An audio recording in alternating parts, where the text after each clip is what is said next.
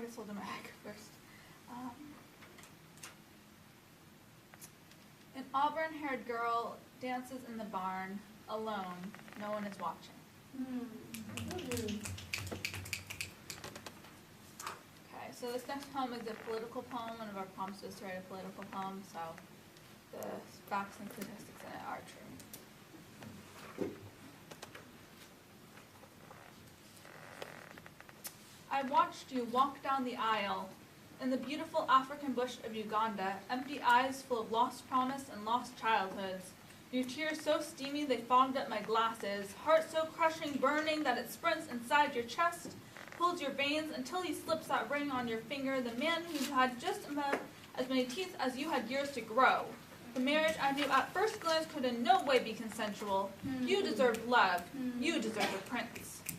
The Declaration of Human Rights states that a girl must be of full age to marry and must be married within both parties' full consent. Yet somehow this magically gets glanced over in these underdeveloped countries. These are just little girls. This one is for the girls who never had the privilege of the word no. For the girls who think that love is just a fantasy princesses obtain. According to a recent statistic, in Yemen, approximately 15% of the girls there are married before the age of 15 and 52% before the age of 18. They are just little girls with dreams crushed by monster trucks of their fathers and future husbands. This one is for the 11-year-old girl in Yemen who slits her wrist trying to commit suicide 3 days after she gets married to a man 21 years older than her.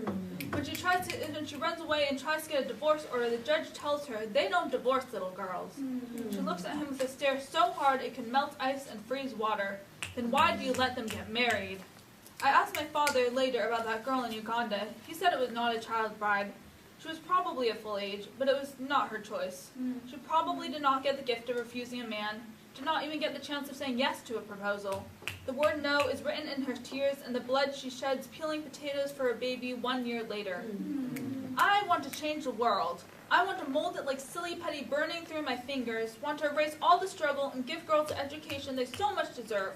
Want to teach them about love, want to teach them understanding, want to teach them that there is a difference between making love and rape, that there is a word called no, that they have the power to stop the world if they want to.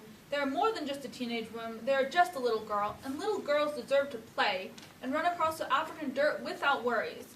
They deserve to learn, to teach, to know, and to imagine a world greater than their own. And when all they know is swirling pools of nerves flushing their heart rate like the steady beat of a drum slowly going to silent. I want to fix the world with metaphors, tell them every step towards their mother's house is a step away from him and towards who they were meant to be. That nights are just days when the sun has forgotten how to shine. So when the line has blurred between rape and consent, when you have forgotten there is anything in this world other than you and your children, when you pray to the heavens that God will grant you a boy so that your daughter never has to feel the pain that you have felt, just remember that the sun always remembers to get up in the morning and start a new day.